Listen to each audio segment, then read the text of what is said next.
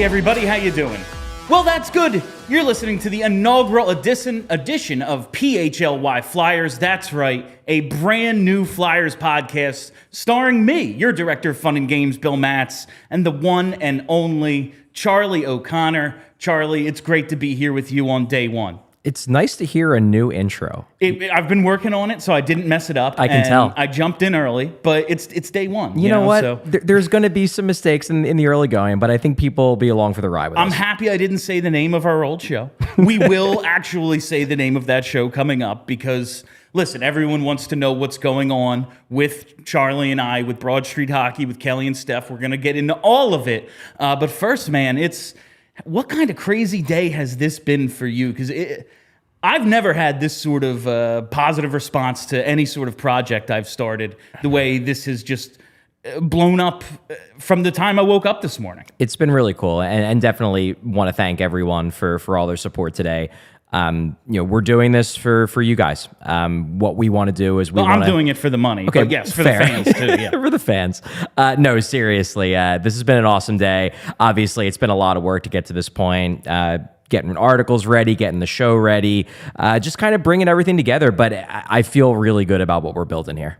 I feel awesome about everything that's transpired so far. Just an awesome roster of people that we're going to get to work with here at PHLY for all the teams. You've probably seen the roster already. It's gone viral everywhere, the video, everything. And it's I'm wearing this for a reason, the NWO shirt, because we're here to take over, man. And I think we have the right all-star team to do it. When I first looked at this roster, I was like, really? I belong with this group?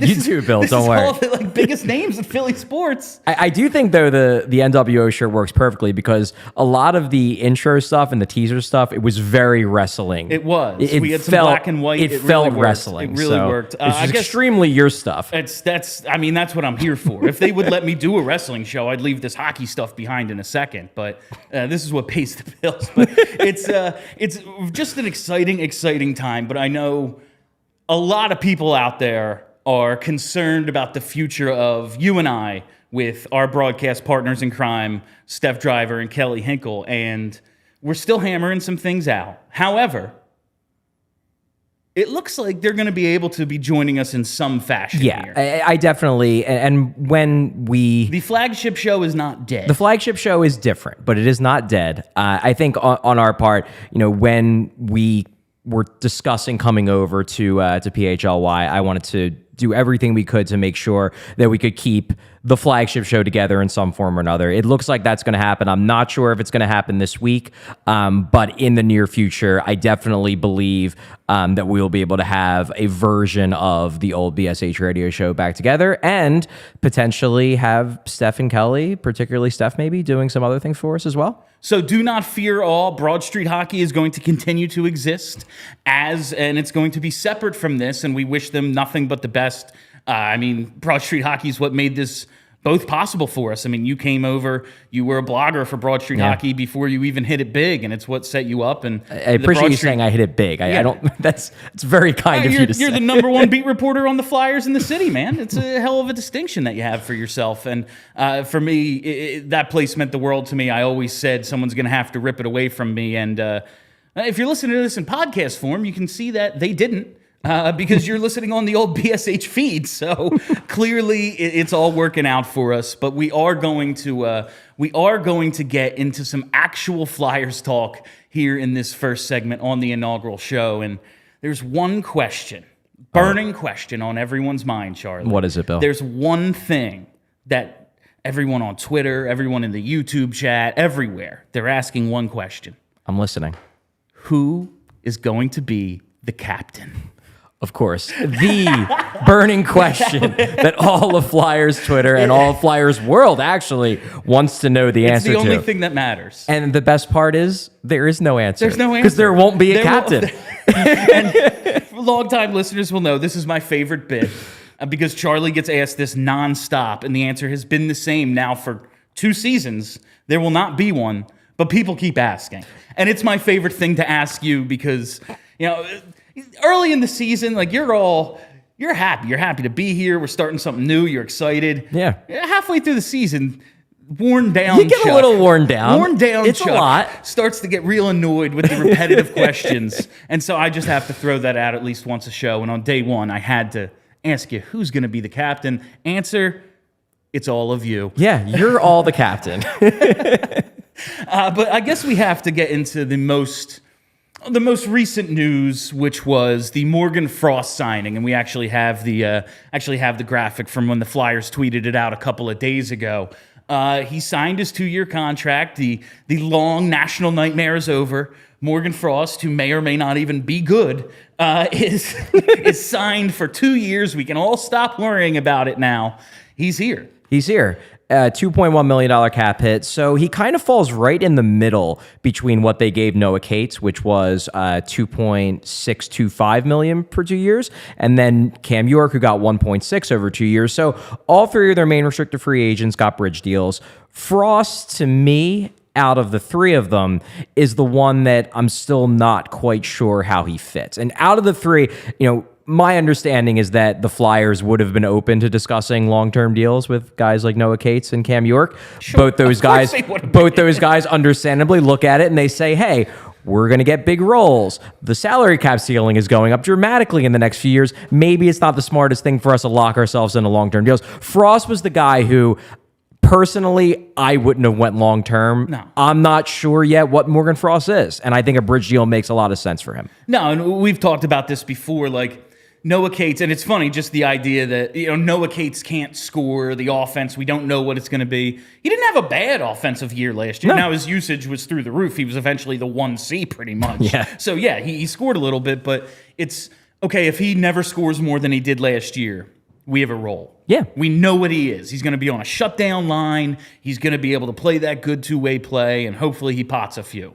Cam York, we're looking at a lot of upside, but we know, I think, what his floor is going to be. Yeah, he's a second pair defenseman, I think. Maybe if he continues to develop, he could be a first pair guy. That would be amazing for the Flyers. But I think at the very least, he'll be a useful second pair guy. And that's a guy who, look, they just signed Travis Sanheim to an 8-year massive contract to be a useful second pair guy. So if you can get a useful second pair guy for a cheap deal, you try to do it. And that's the thing, especially with Cates. Like, dude can't score, had a decent offensive season for someone who, quote-unquote, can't score, cap going up. There's not many good players on this team. Yeah, he's holding out. He's going to wait to sign that contract. Exactly. This is what makes the most sense for Morgan Frost because we don't really know what he's going to be. Like, is he a scoring third-line center? Can he be on your second line, maybe on a wing, as maybe a little bit of additional, okay, he's a defensive liability, but we can add a little bit of offense here. Is he going to drive scoring at a rate that, 5-on-5 last year, very good. If he doesn't score in the power play, though, what is he? Like, exactly. Can you have a third-line center who scores who doesn't even play on the power play? Yeah, it's going to be really interesting to see the next couple years for Frost. And the 2-year term, honestly, is perfect for him because during these 2 years, they're a rebuilding team. He's going to have opportunities. What he needs to prove over the next couple years is essentially that he can be a legitimate scorer on a contending team because that's what they're trying to build. Like Morgan Frost can be a scorer on a middle of the road team. And if he doesn't ultimately work out with the Flyers, he'll find a spot somewhere else. He's an NHL player, that's obvious. But is he a guy who you want on your third line if you're trying to win a cup? If you are already a playoff team trying to win, 2, 3, and then obviously 4 rounds, win it all.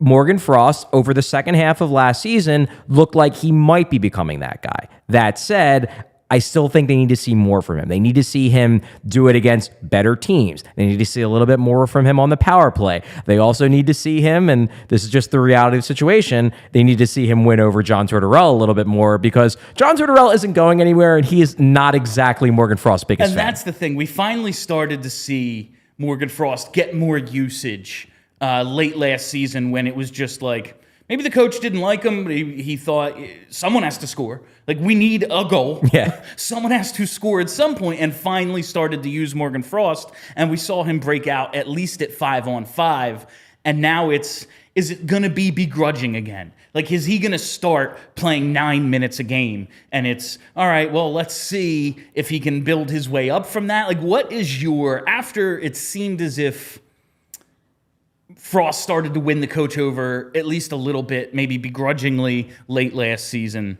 do you think he starts from zero again? Are they expecting him to start here and work his way up even further? Like, what is your take on what his role is going to be October and November? Well, I think it was important for him not to have a holdout into camp because, as we noted, he wasn't a Torts guy necessarily. They would have walked away. Yeah, if he would have missed some time, I think Torts would have been completely out on him. So that was big for Frost. That said, it will be interesting to see where he fits in the lineup, assuming that, and they expect this to happen, assuming that Sean Couturier is back, because Noah Cates, they're looking at him as a center. Sean Couturier, if he's healthy and if he's even 80% of what he was before the injury, he's probably the 1C. So does Morgan Frost start out as the 3C? If he's the 3C, how much time is he getting? Are they working to, even if he's nominally the third line center, is he still getting top 6 minutes? Because you can do that. You can have him get a couple extra shifts here and there, maybe play him on the wing a little bit. Then he's on power play 1. So you can make it work. But it just comes down to how much they're willing to prioritize him. And it will be interesting if, for example, and we might get into this a little bit later in the show, if, say, a Tyson Foerster makes the team, do they look to prioritize maybe his development and putting him in offensive situations more than they prioritize Morgan Frost's development? You mentioned we're going to get into the prospects at some point in today's show. Morgan Frost's not a prospect anymore. No, he's a player. We talk about his development. We talk about what his ceiling could be, what he's going to eventually turn into. But he's a prime-aged player right now. What he is this season is probably what he's going to be for the next 3. You know, like this is his time to, S or get off the pot. I don't know if we're allowed to swear, so I'm gonna play it safe. I'm gonna play it safe on day one, and this is basically it for him. And I already saw a comment in our YouTube chat, like, don't say this to Bill Meltzer. First of all, love Bill. Bill's great. Bill is absolutely great. Every interaction I've ever had with the guy is positive, but he is like. He is the preeminent Morgan Frost defender. He is the Morgan Frost guy. Like the way I'm like, oh yeah, let's have 82 fights again. He's the Morgan Frost guy, and maybe he sees a little bit more of that ceiling. I'm worried that this bridge deal is his last one here. Like, I want him to make it, if for no other reason than to save the abject disaster that was the 2017 draft. God. Yeah. And like, at least we could get something out of it, but I'm not holding out. Like, my hope for guys like Foerster, and that's what it is, because it's hope. Yeah. Like, they haven't shown us a bad side yet. And to be sure. They will, if they play 82 games this year, they'll go through slumps.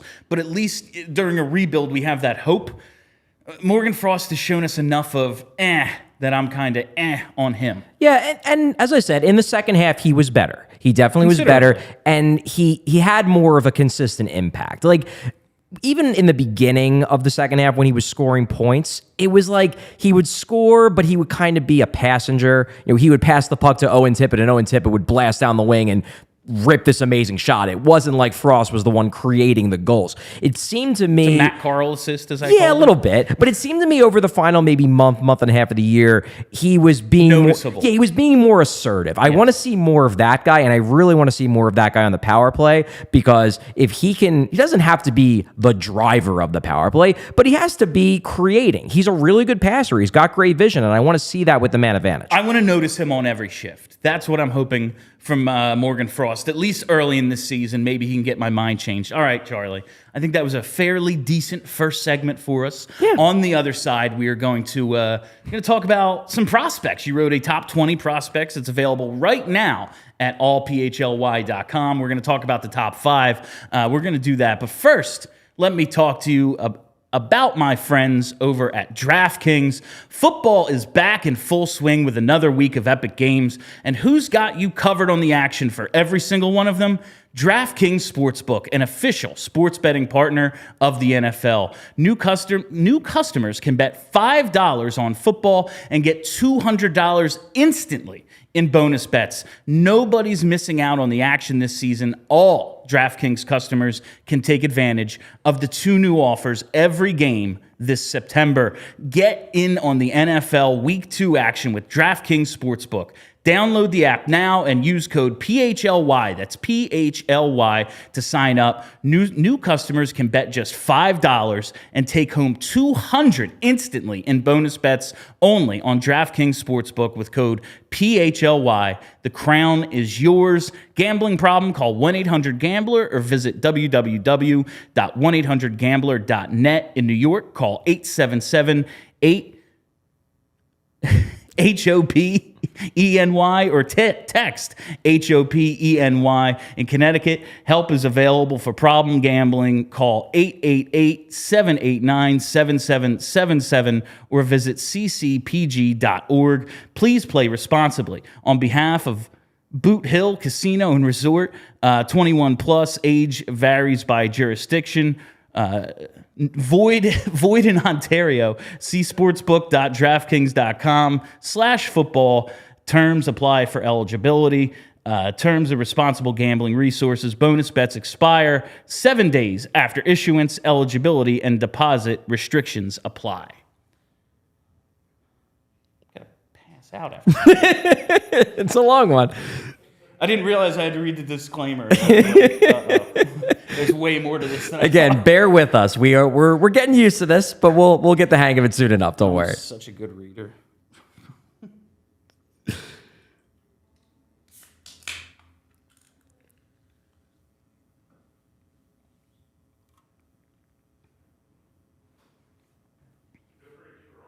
Okay. Oh, we just keep going. I guess we just keep That's going. how it works. All right. Let's just right. keep going.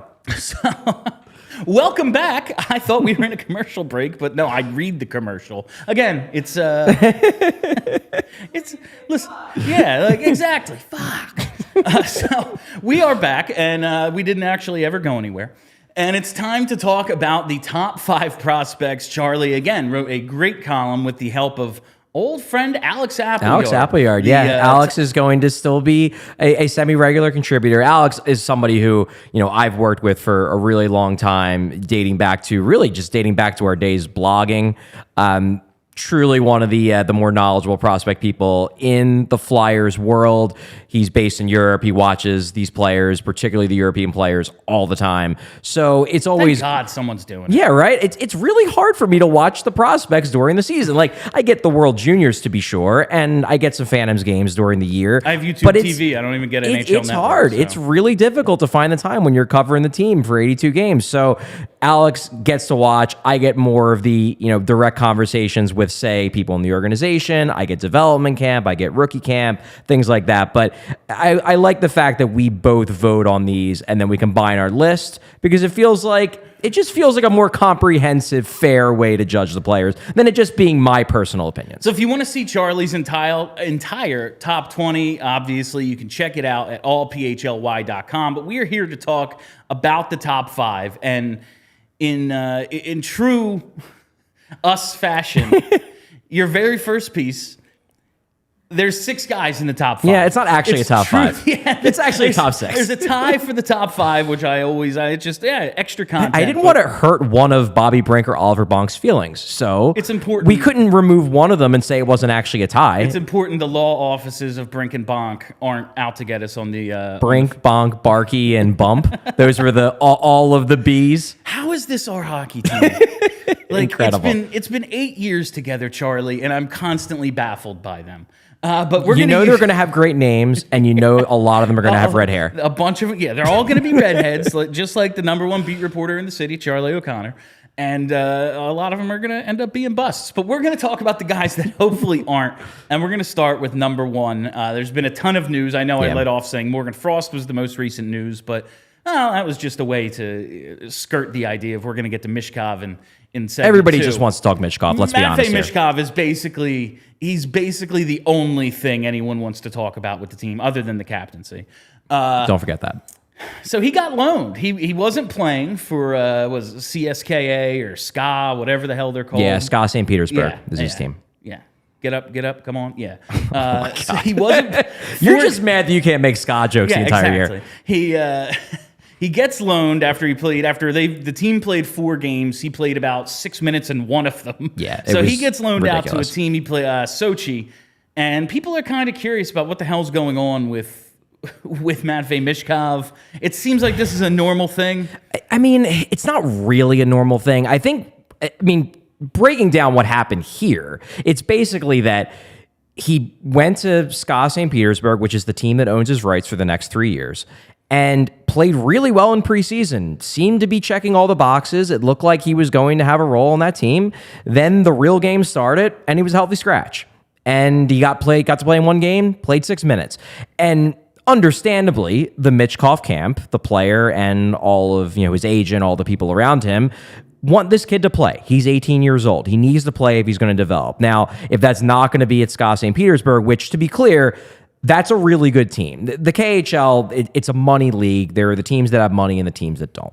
SKA St. Petersburg is one of the premier teams in terms of talent. It's European soccer. Yeah, basically. So you would like him to be playing at the team that is going to theoretically have a chance to win the championship over there. But you'd much rather him be playing rather than be sitting on the bench and sitting in the press box for most of the year on the team that has a chance to win. So they loaned him to Sochi, which is the team that he played for at the end. It basically was in the second half of last season where the same thing happened. He was on SKA because SKA has his rights, and they wouldn't play him. They loaned him to Sochi, and in Sochi, that's where he had 20 points in 27 games as a draft eligible, which totally insane for a draft eligible in the KHL, either the second or third best league in the world, to be scoring at relatively close to a point per game pace. So this is a good thing for Michkov. It's a good thing for the Flyers. He's going to get to play. The best case scenario would have been he carved out a role on one of the top 2 lines at SKA. That's not going to happen. So he's going to get to play Sochi, and we're going to get to pay attention to Michkov and watch tons of Michkov highlights for the rest of the year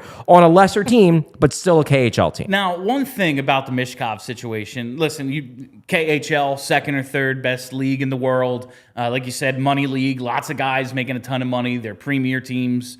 They're there to win the championship. It is not a developmental league. True. It's not the AHL. It's not the ECHL. They're not there to help the Flyers have a star in 3 years. But it does seem as if there's a little, well, he already said he wants to leave, so screw him. Yeah, I think that's probably what's going on. And everything here is speculation, to be clear, because it's Russia. We're obviously not there. Also, it's crazy, that whole situation. I don't think this is related, because I've heard a lot of people theorize that it's related to the Ivan Fedotov situation. I don't think that's the case, because that is more of a battle that the KHL is having with IIHF, with essentially the International Hockey Bureau. That's not really the Flyers. I think the Flyers have more or less accepted that Ivan Fedotov is not going to be playing for the Flyers, that he might not even really fit their organization at this point. He's 27. Yeah, I think that ship has kind of sailed. What I do suspect this might be about is the fact that Michkov has made it abundantly clear that when his contract is up, he wants to play in the NHL, that he is not in it for the long haul in the KHL. And the guy who kind of runs SKA St. Petersburg, Roman Rottenberg, he's their coach. He kind of runs the show. He's apparently close with Putin.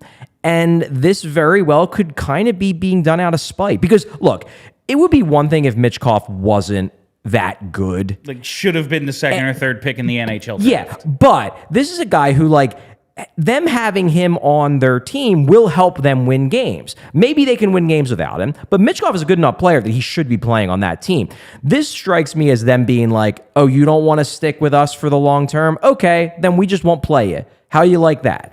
And it's very petty. It's very stupid, but this is how things happen in Russia, and it wouldn't shock me at all if that's really what's going on here. And if that's really what's going on here, then it's good they got him out of that situation. Because, quite frankly, again, better for him to play in Sochi than to languish in the press box in St. Petersburg, even if it's the better team. Yeah, it would have been cool to see him with the better team. Obviously, go into the playoffs, potentially win a championship, be on one of those premier teams, get that star training, because when he gets here, the expectations are going to be, I won't say Lindros-esque, because Lindros was literally supposed to be as good as Gretzky, but bigger. Not quite that It's high. not Lindros, but maybe the highest expectations we've had for a guy since then. I mean, I mean, Gauthier will have hype, but not Michkov hype. Yeah, we're gonna sit here and wait for these next 3 years for Matvei Michkov. And I made the joke the other day on Twitter. I am going to treat every day of these next 3 years like it's the fourth quarter of an Eagles playoff game. Oh no! Like, I'm not going Please to take no. this a day at a time and be like, "Hey, listen, in 3 years we're gonna have a great player." No, I'm going to be worried about this situation because a lot of people are. I thought we would all kind of take this in stride because, okay, we've accepted the rebuild. Flyers said the word. We've been wanting them to say the word. They're going to rebuild. Dope. We've been calling for this for a while. Yeah. That doesn't change. Doesn't change how excited I am for that thing, though. Exactly. And I don't think it changes it for many fans. Like, even though we know the team's going to suck, we want that thing. Yeah. We want that shiny toy, and we want to play with it before 2027 or whatever the hell it's going to be. And you'd like to think that, yes, there might be some pettiness, there might be some politics going on here, with Michkov, with his main team and whatnot. But you'd like to think that, let's say he spends, which is the plan, he's going to spend the rest of the year with Sochi. Let's say that he scores 40 points and is one of the top scorers in the KHL on a bad team. You'd like to think that Scott St. Petersburg next year, because they'll still have his rights, they wouldn't be so irrational that they would say, nah, we're still going to scratch you even though you were one of the best offensive players in the league last year for what essentially is our farm team. Now, could they do it? Sure, it's Russia. You never know. But you'd like to think that maybe this will be the last year this happens and that next year he'll get to play for Scott St. Petersburg in a major role, assuming Michkov does what we hope he's going to do and lights up the KHL. But we'll see.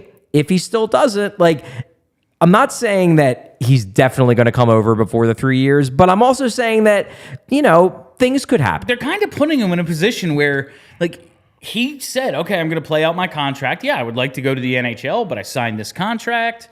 And they're kind of putting him in a position where he should go, well, why should I do you a favor if you're going to do this to me? And listen, it would be great if we get him, but I can't operate as if we're going to get him sooner because it's only going to result in that disappointment. I think fans should operate under the assumption that he's not going to be over for 3 years. However, and this is important, going back to the Fedotov thing, because Fedotov and the IHF essentially said, no, Fedotov's rights are owned by the Flyers, and the KHL basically said, screw you, we don't care, we're keeping them. This is setting up a situation where the entire transfer agreement between the NHL and the KHL could really just get thrown in the trash. Because there was a written agreement. And it expired pandemic. It's kind of been basically what happened been a handshake sort of deal since then. Basically what happened was it expired, then obviously Russia invaded the Ukraine, and there's been a lot of, I guess, nebulousness since. Now, last year, despite the fact that everything was weird, both leagues more or less agreed to that, as you said, a handshake agreement, that we're still going to assume that this memorandum of understanding still exists. Well, now the KHL is basically saying, we don't care about that anymore. We want this Fedotov guy and we're not letting him leave. Well, if that's the case, then suddenly, if Michkov decides to leave, the KHL can be mad, and I'd much rather them work this out in a way that doesn't have, for example, Michkov's family in danger. That would be awful. But it does make it so it's a little bit easier to get out of contracts because one side has decided that contracts don't really matter anymore. Which is, I feel that. But not why is Russia the way that they are? I don't want to compare this to other geopolitical situations. However, we've heard the term sports washing a lot lately. The absolute best Russian PR, I guess, is Alex Ovechkin's the greatest goal scorer of all time. Evgeny Malkin is a surefire Hall of Famer. Kirill Kaprizov, one of the most exciting players in the NHL. They're all here, and it doesn't seem to be a problem. Why have they decided to put their foot down? It's just because now is now is where they're making their other stands? Yeah, or stuff I'm not qualified to talk about. Exactly. It's so hard because there is so much going on with the geopolitical situation, with the politics, with the invasion. So I don't necessarily feel qualified to speculate on what's exactly driving this. All I can say is that it's obviously different. It's obviously different than it was. Those guys have been over here for a while. In Ovechkin's case in particular, Putin knows that Ovechkin is going to not do anything to rock the boat. Ovechkin has openly praised Putin in the past. So he kind of knows that, all right, well, I'm not going to mess with him because I want to have one of the best athletes in the world in my corner. This situation's a little bit different. I'm very optimistic that ultimately Michkov will come over here. When that happens, I'm not sure. It's just going to be a complex situation for the next quite a while, and it's going to be tough for fans to deal with. When does this become, in terms of narrative, what we're seeing online, Twitter, etc.? When does this become an Embiid never going to play or Saric never coming over situation? Where it's just half the fan base goes, you know what, I give up. Even though they already told us it's going to be 3 years. Bill, after a year, are you saying that Philadelphia fans can be impatient? No. Listen, I'm impatient. I'm already seeing when we're doing this show going into the spring and people are like, he's never coming over. It's well, they told us it's 3 years. No, not coming. I really feel as if that is what is going to transfer. It's going to happen. Maybe sooner. I feel like I'm being optimistic saying it's going to be spring when we do that. And we're already starting to see people be like, not counting on this thing. Yeah, just try to be patient. I know it goes against our instincts as Philadelphia fans, but just try to be a little bit patient. I think he will get over here. It's just going to be a complex situation, and hopefully he'll be over here sooner rather than later, and they'll be able to get him, kind of in North America and learning under their coaches. But don't bank on it. Let me put it that way. Don't bank on it. All right. You know what you can bank on is a outstanding deal that we've been hooked up with by our friends over at FOCO. FOCO is a leading manufacturer of sports and entertainment merchandise with a product line that includes apparel, accessories, toys, collectibles, novelty items, and more. It's the best officially licensed gear for all sports and fandoms. It's football and tailgating season. Got to start bundling. I know it's still hot as hell out there. You got to start thinking ahead. Eagles season getting here, Phillies playoffs. You don't want to be without some warm weather stuff when Red October comes around. You can get overalls, hoodies, hats, sunglasses, bags, everything you need for a game. And FOCO has hooked PHLY up, provided us an awesome piece for our sets. It's right here behind us, and they have our backs with Philly Sports, and they have your tools to get the best gear around using the link in our description. For all pre-sale items, use the code PHLY for 10% off. We're going to be on camera 5 times a week. Going to need some cool new gear. You're not wrong. Seems like I'm going to take advantage of this deal. I'll take a look. Everyone out there does as well. Let's go to FOCO, FOCO, for all your officially licensed gear. Charlie, I'm going to get back to... I want to talk about a couple more guys. I think we've talked out the Michkov situation. So. People know what's going on. We'll have another 3 years to talk all about Matvei Michkov. How many shows, if we're doing 5 shows a week, how many won't he be mentioned in? Ooh. In just this season? Maybe Forget the 2 following. 2 a month? Do you think there's going to be an episode where it just doesn't come up? He's it. The whole future is banking on. We just went on about Russian geopolitics. I understand why people aren't all that if the rebuild's banking on this, Putin. How about that? Let's talk about Vladimir Putin on this Flyers podcast. Oh my God. I get it, but there are other highly touted prospects. We mentioned Cutter Gauthier. I think people are. They have their mind made up. He's going to be a very good player. I think you and I differentiate a little bit. I think he can be superstar, mostly because I want him to be. Throw up that diamond cutter. But you had your reservations about Gauthier going into the draft, but it seems like that dude can freaking play. No, I would say I have my reservations in the sense that the guy You wanted other guys more. Yeah, the guy I wanted more was David Jiricek. I still think David Jiricek is going to be really good. He was ultimately taken by Columbus. But the thing with Gauthier is that he had a really, really good freshman year. Played center pretty much the entirety of the year at BC, at Boston College. And after a bit of a slow start, really started to figure it out, put up a lot of points. And then he got invited to the World Championships, which, while not exactly the most, the best tournament, it's basically decided upon which team happens to have the most guys that didn't make the playoffs. Eliminated from the playoffs Exactly. early. Yeah. Not a fan of that tournament, but we're talking about pro-level players, not college guys. And Gauthier played the wing in that tournament for Team USA and frankly killed it. He looked great, was dominant on the ice, scored a bunch of points. I'm sold on Cutter Gauthier as a first-line player. Now, whether that's at center or on the wing, I'm not sure. The Flyers want him to be a center, understandably so. They're pretty weak at center. They don't have any. They don't really have any. I mean, they just changed Noah Cates into a center. Noah Cates was their 1C last year. He's not a center. Yeah. So, and they really don't have many guys in the pipeline Sean either. coming off neck surgery. Back surgery. Right. Atkinson was neck surgery. Atkinson is neck. It's hard.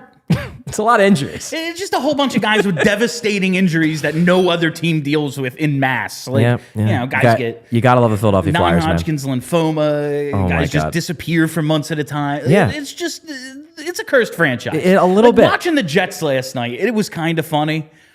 But you also have, how do you not? You feel How do you bad. not feel it when it's, this happens to the Flyers like twice a year. Yeah, you're not wrong. Especially the last 4 or 5 years have been wild. But no, I think Gauthier is going to be a really good player. And I think that the plan with him does appear to be that he's going to spend this year with BC and then turn pro at the end of his college season. Now, the hope on their part is that they're going to make a big run into the Frozen Four. They got that entire top line from the U.S. National Team Development Program, the Ryan Leonard, Will Smith, Gabe Perreault line, which broke like every single record in U.S. National Team Development Program history. So BC is expecting to be really good. So he might not actually finish his season until deep into the Flyers season, but I think the expectation on both sides, both Gauthier's camp and the Flyers camp, is that after that, he will sign his contract, probably get in a couple games at the end of the regular season for the Flyers, and then prepare himself to take a run at making the team at the start of camp next year,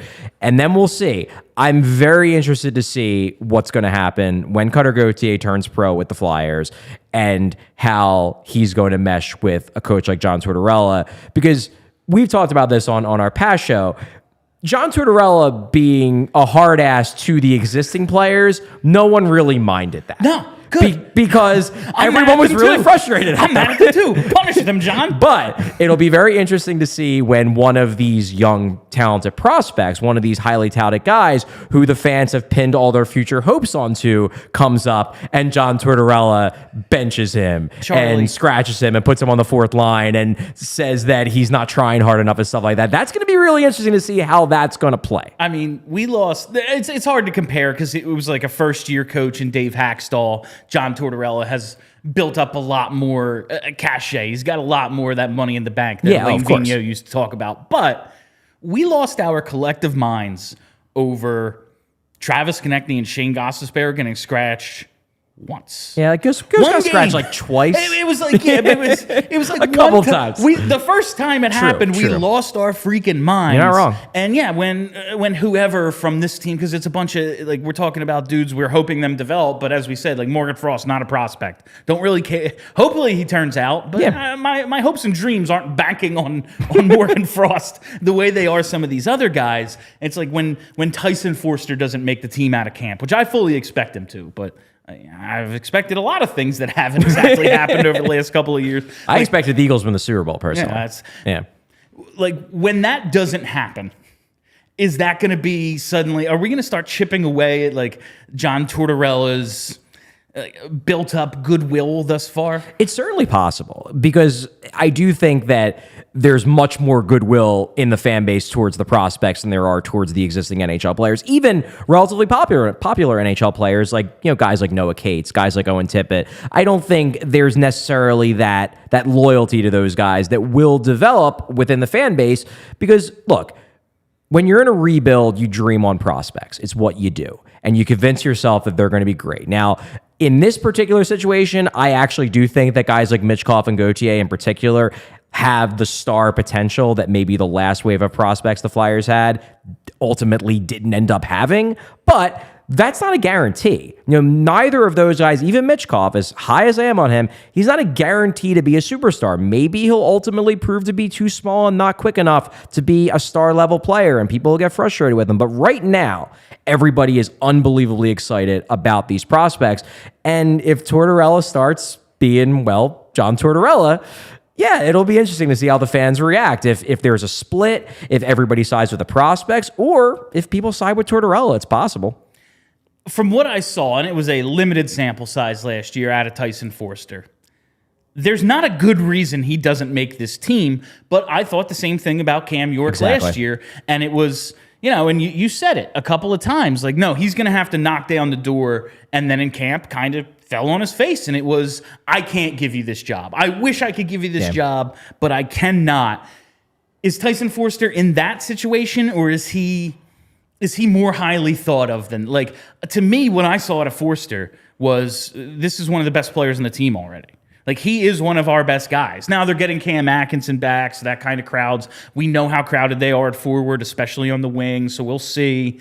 But I didn't see any reason from Foerster last year to go, oh yeah, no, he doesn't belong. No, he was one of their like 6 best players when he was out there last year. So what I would say about Foerster is that I do think that organizationally they view him similarly to how they viewed Cam York last year going into camp. I think the key difference, and this is a big difference, is that Foerster goes into camp already having caught the eye of John Tortorella, whereas York was new to Tortorella. He had been told, hey, this York kid, he's really got it. Torts got to see Foerster for those 8 games, and Torts loved what he saw. I remember, going to those post-game press conferences, talking to Torts after practice. He couldn't stop raving about Tyson Foerster. He basically said, like, I need to pull back from mentally penciling Tyson Foerster into my 2023-24 starting lineup. Like, it's going to take a real flop, I think, from Foerster not to make this team, because Torts has so much influence in terms of who's on the roster. It's his lineup, essentially, and he really likes this guy. Seems to be running things. Yeah, so I think he could miss if Foerster is tentative, if Foerster isn't shooting, if he's staying on the perimeter during preseason games, things like that. But I think it's highly unlikely. I know he's been in Philly for most of the summer. He's apparently been working his ass off training for the season. So he's doing all the right things off the ice and in the training room.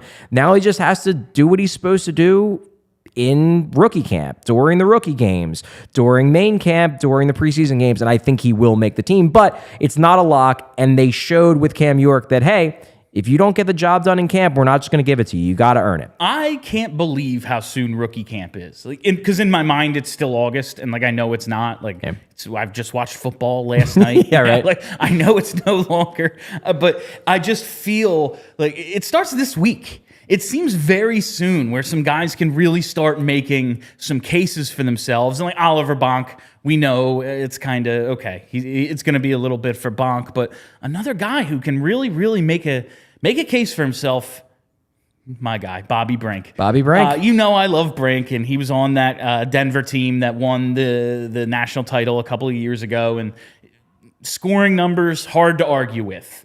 And when he got that little taste 2 seasons ago, it looked like, oh, he's a player. Last year, didn't sniff the NHL. Yeah, last year was rough. Oh, he had the hip injury, he had the hip surgery, and that knocked him out for basically half the year. My understanding, and unfortunately, especially in the second half, I really didn't have a chance to watch pretty much any Phantoms games, but my understanding is that it took him a while to really get back into shape, really, like actual skating and game shape.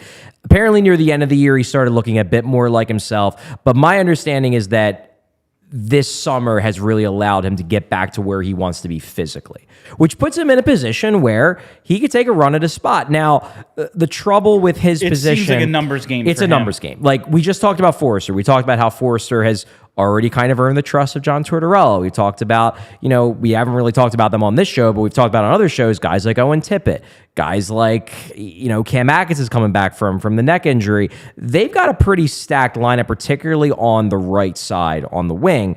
That's where Brink plays. So my guess is that if Brink were to make this team out of camp, I think he would have to significantly outplay Foerster in particular.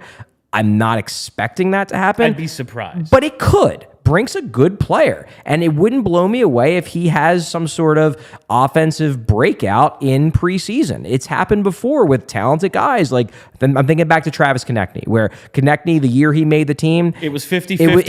It was probably even a little bit below 50-50, and he just kept scoring and kept impressing. And they're like, well, I guess he's got to make the team, and maybe Brink can do that. And while positionally, yeah, they're definitely stacked at the wing, especially on that right side.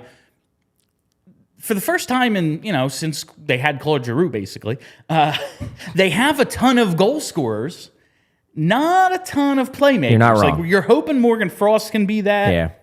But that skill set that Brink brings, as we talked about, Morgan Frost didn't really show you anything on the power play. Like, that seems like a dude you could put on that half wall in Bobby Brink, and he may be able to take that role. If we're looking to assign roles to guys, it's okay. Well, Brink's 4 years younger or whatever. We're going to give him this chance. I think that's his best way to make it because, Tyson Foerster, great. But we have Owen Tippett here already. Like, we have Travis Konechny. We have dudes who kind of do this. The playmaking is where they're lacking to me, and that's where Brink might be able to make a name for himself. But I would have Foerster as the heavy favorite right now. What I will say about Brink, and this doesn't necessarily make it so he's not going to have a future in the organization, but it does make it a little bit tougher. Brink, I think, was very much a Fletcher guy. He was a Fletcher pick. Obviously, Brent Flair is still there. He runs the draft. But I do think that maybe Bobby Brink doesn't have the same support in the organization in terms of everybody being sold on him as an NHL player that he had when Chuck Fletcher ran the show. Now, that doesn't mean that he can't convince some of those doubters in the organization that, hey, I can play, I'm an NHL scorer, I should be on this team. It's just that there are people in the organization, I think, that are a bit more skeptical that he is a good enough skater to score at the NHL level, that he's going to be able to overcome the fact that he's 5'8", 5'9", and score at the NHL level. I just think that when Fletcher was running the show, Brink was going to get more chances. Now, he's going to get chances. He's just probably going to get fewer of them, so he better take advantage of the ones he gets. I'm hoping that is the case. And if you're hoping for some great tickets, if you're looking for last-minute tickets, man, you got to check out Game Time. In just a couple of days, it's the Eagles home opener. You're scrambling. If you're like me, you think it's still August, and you're like, oh, no, it's week 2 of the NFL season. Eagles are on Thursday night? What are we doing here? Well, guess what? Game Time has your back. Game Time is the fast and easy way to buy tickets for all sports, music, comedy, and theater near you. With killer deals on last-minute tickets and the best price guarantee, you can stop stressing over the tickets and start getting hyped for the fun you'll have. I got to tell you, Charlie, was it last week, 2 weeks ago, when WrestleMania tickets went on sale? It was a freaking mad dash for me, and my friends were typing in pre-codes or checking out all the different. I wish I had known about Game Time because they make it real easy. I just checked. I saw, okay, Game Time, they're one of our sponsors. Let me check that out. Oh, yeah, 2-day passes to WrestleMania, like way less than high paid. You get a seat view, so you know where you're going to sit. No obstructed view. You know what you're going to be doing. They make it fast and easy. They have flash deals on last-minute tickets. They're easy to find. Buy tickets for any kind of event in your area. You have the image of seat views, which, again, huge, especially something like a WrestleMania. You don't know exactly what the set's going to be until it gets revealed. They know, and they'll let you know if you have an obstructed view seat, so that's always good. Bill, you know what that means? What's that means is we have to stick around here for another 20 years for WrestleMania to come back again. Yeah, exactly. Yeah. So I'll be able to use it. Hopefully, I'll be able to travel to use it at some point. But they have the lowest price guarantee as well, event cancellation protection, job loss protection, all sorts of ways to make sure that you get the deal you're looking for on your tickets. And it's the Game Time is the place for last-minute ticket deals. Like, forget planning months in advance. Again, Eagles home opener coming up. You don't have to, okay, well, how do I? No, don't plan it months in advance. Go to Game Time. Easy peasy for you. You can get exclusive flash deals on tickets for football, basketball, baseball, concerts, comedy, theater, and more. The Game Time guarantee means you'll get the best price if you find tickets in the same section and row for less Game Time will credit you for 110% of the difference. That's a hell of a deal right there. So snag the tickets without the stress with Game Time. Download the Game Time app, create an account, and use code PHLY for $20 off your first purchase. Terms apply. Again, create an account and redeem code PHLY for $20 off your first purchase. And if you're looking maybe to go to that Eagles game on Thursday, a home opener, you got Kirk Cousins in prime time, so it's basically a guaranteed win. You're going to want to get a pregame in. You're going to want to get a good tailgate in. Does ALLCITY have a deal for you? Go to AllPHLY right now to get tickets to our very first tailgate party. That's right, Thursday night down in South Philly. There's the graphic for you. The official PHLY tailgate, sponsored by Philly Sports Trips. I can't wait to. This is going to be awesome. This is our very first event. It's our launch day, and 2 days in, bang, we're all going to be getting together and tailgating what is sure to be an Eagles win as they celebrate their NFC championship. Hopefully the Eagles will hit the ground running a little bit better than they did in week 1. Maybe get that ball to Goddard a little bit. Yeah, maybe one catch. Just one would be nice. Yeah, that'd be cool. All right, so I do want to wrap up a little bit of the prospect talk and just in your top 5/top 6. No goalies. No goalies. Well, Sam Ersson does make the list at number 7. Sam Ersson makes it at 7/6, however you want to do it. That always bothers me when it's 2 guys tied for 5 and then it goes to 7. It's like, well, what happened to 6? It's just math. I hate math. I don't care that numbers are facts. I hate math. But we do have Sam Ersson at 7. He's the first goalie, and I'm just using this as a jumping off point to get into Carter Hart a little bit. Right. We just don't know. Well, we're almost a week away from main camp, and there's still no resolution to the Hockey Canada situation, the Hockey Canada investigation that the NHL has done. So as of now, it looks like Carter Hart is going to be a attendee and participant, full participant in main camp. We just don't know. And that's why this has been so weird through the entirety of the summer, in that Carter Hart obviously was on that Hockey Canada team in 2018. It's possible he was involved. It's possible he wasn't involved at all. We just don't know. We asked Carter Hart to start last season. That's how long this has been going on. And Carter basically said, I'd love to answer your question, but I'm not allowed to because it's a legal situation. That's where we've been. Now, the NHL over the last 2-3 months have been strongly hinting that the results of the investigation will be out soon.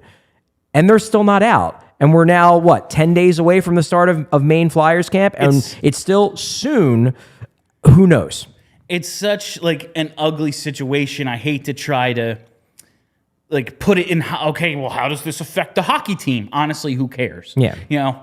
But this is a show about people who do care.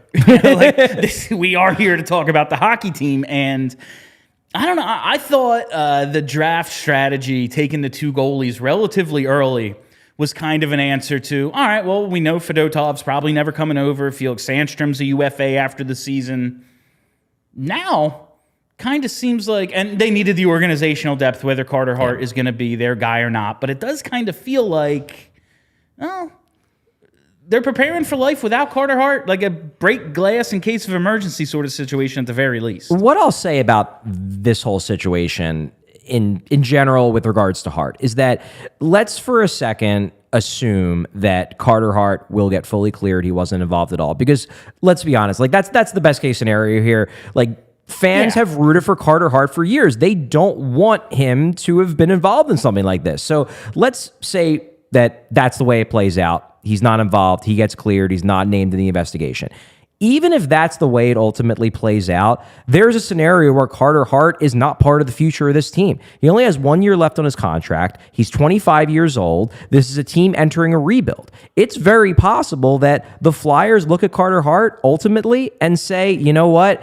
It doesn't make sense for us to give him a massive raise on a 6, 7, 8 year contract when for the first 4 years of that contract, we're not going to be very good. And by the time we're good, he's going to be 29 years old and entering the decline phase of his career. There's a reason why going into the offseason, even setting aside all the Hockey Canada stuff, why he was in trade rumors. There's a possibility that Carter Hart could get moved regardless of any of this other stuff that's going on, in the background.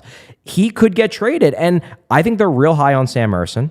I think that they're looking at him. They signed him to a 2-year contract this summer, despite the fact that he has 1 more year left on his entry-level deal. That tells me that they think he's going to be a big part of the future in goal. And they really like Alexei Kolosov, who they also signed to an entry-level contract, and he's going to most likely be coming over next year. He was loaned back to the KHL for 1 more season, but the expectation is he's going to be back over next season. Like, Trying to play nice. Here, we'll loan you a guy.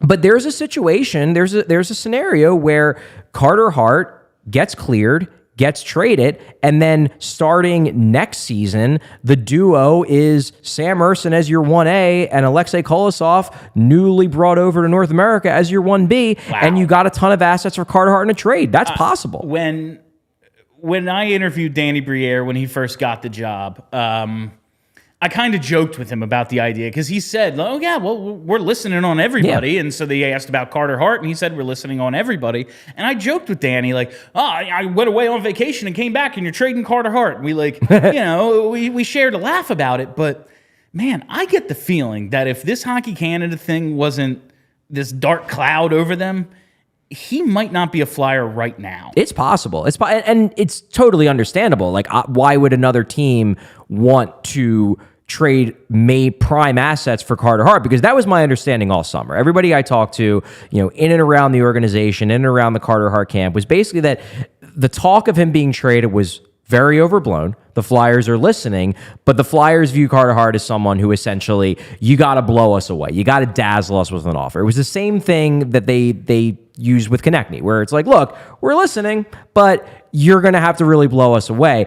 No one was going to blow the Flyers away for a guy who potentially is wrapped up in some horrible shit and also could be suspended for an extended period of time. So no one was going to overpay for a guy with that sort of situation hanging over his head. Now, if he were to get cleared, does the equation change? Of course it does. And then maybe the Flyers look at it as, Carter Hart's more valuable to us in terms of what he can bring back in a trade, especially given the fact that they really like Ersson. They, as you said, just drafted 2 goalies, and they're really high on Kolosov. Maybe they think that duo could be the goalie duo of the future, not Hart. That said, Hart's a good goalie. Like, let's not sugarcoat this. He's a good goalie now, and he has the talent, in my mind, to potentially take another step and be a great goalie. He's not a great goalie yet, but he's a good goalie. He's still fairly young for an NHL goalie, so he could take that next step, and it would be a risk to trade him, assuming that he's cleared in the Hockey Canada stuff. I'm just, like, crossing my fingers, just as, like, it's so selfish, but, like, just crossing my fingers that we don't have to be dealing. We're already dealing with Russian geopolitics and this too. Yeah. Like, I want to talk about the forecheck for one.